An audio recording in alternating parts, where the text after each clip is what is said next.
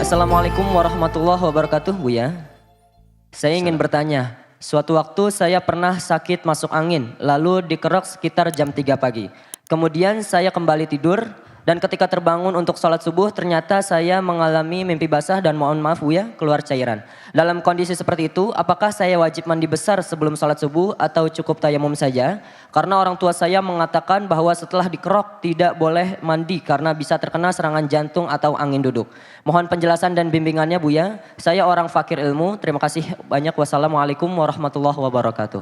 Assalamualaikum. Bagus, Anda merasa fakir ilmu lalu bertanya. Anda bertanya tentang hukum fikih. Oke, hukum fikihnya yang jelas Anda karena junub Anda harus mandi besar. Cuman pertanyaan yang Anda tanyakan bukan bagian saya. Tanyakan ke dokter, apakah betul kerokan kalau mandi berbahaya? Tanyakan dokter, bukan saya.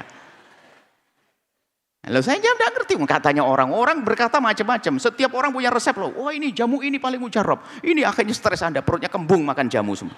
Jadi semua orang kadang-kadang punya cerita masing-masing. Makanya saya tidak gampang terpesona dengan begitu-begitu tuh. Wah ini menurut orang ini, wah ini pengalaman gini-gini, pengalaman begini-gini, pengalaman begini. Sudah.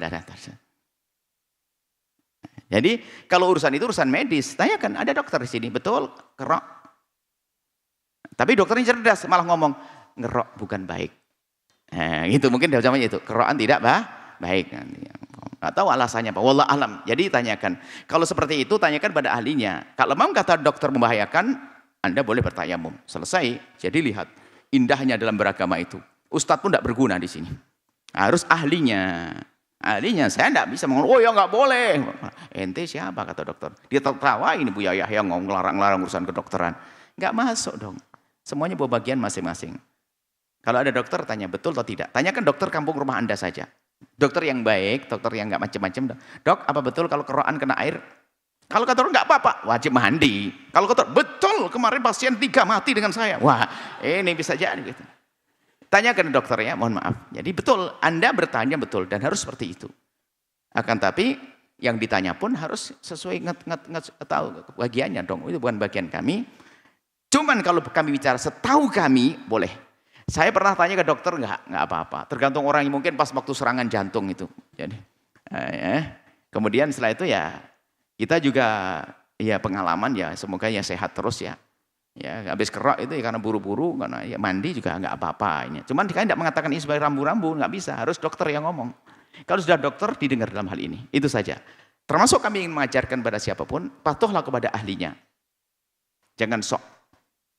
Mentang-mentang ustadz mau fatwa semuanya, nggak bisa. Kalau kata dokter iya, maka patuhi. Kalau kata dokter itu membahayakan, harus percaya. Ingat, kalau kata dokter membahayakan, Anda harus percaya.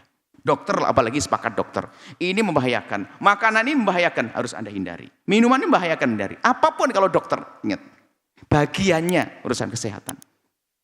Itu saja. Nah ini insaf. Nanti ada yang ngomong, ya kecuali ini. Ya, dokter ya dokter.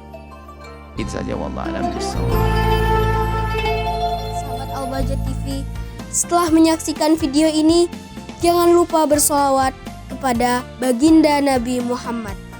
Shollu ala Nabi Muhammad. Allahumma sholli alaihi wa ala alihi wa sahbihi.